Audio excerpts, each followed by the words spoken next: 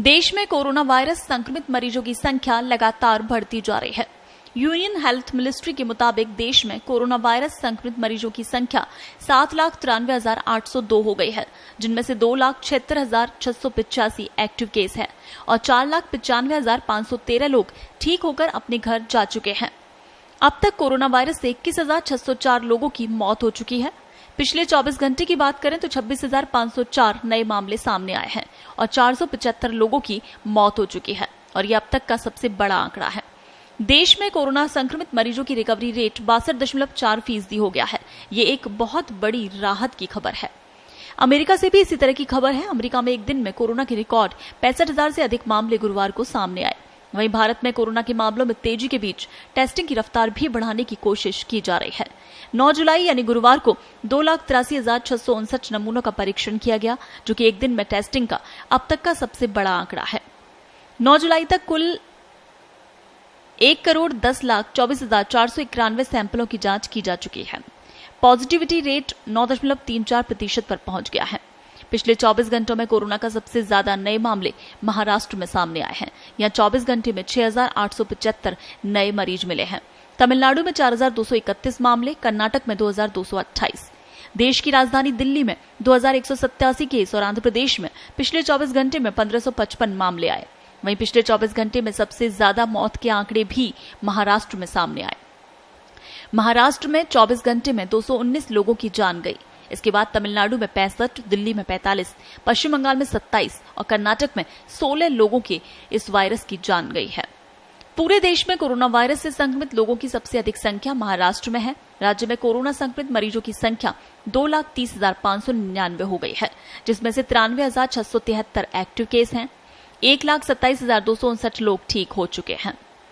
अब तक इस महामारी से 9,667 लोगों की मौत हो चुकी है। वहीं कोरोना संक्रमित प्रभावित राज्यों में दूसरे नंबर में तमिलनाडु है। राज्य में 1,26,581 मामले सामने आ चुके हैं, जिसमें से 78,161 लोग ठीक होकर अपने घर जा चुके हैं और 1,765 लोगों की मौत हो चुकी है और 46,655 अभी एक्टिव केस हैं।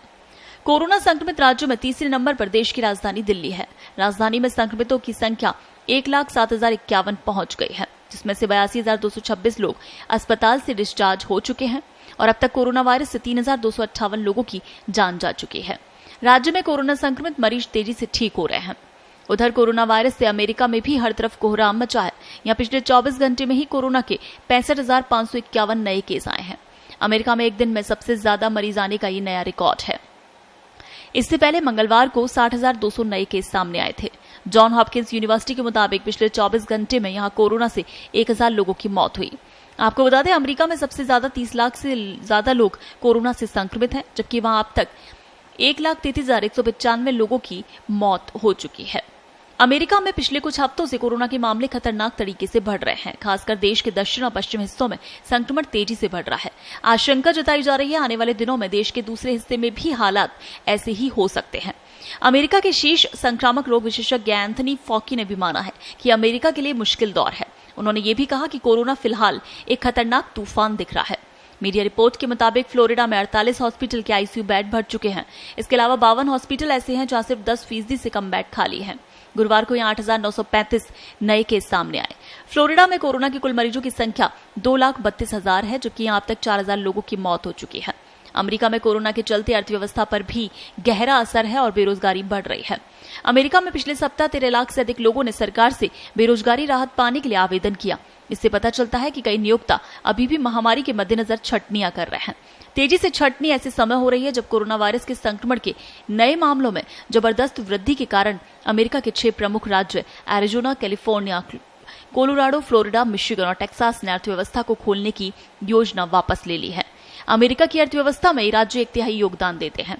15 अन्य राज्यों ने भी बाजार खोलने की योजना रोक दी है।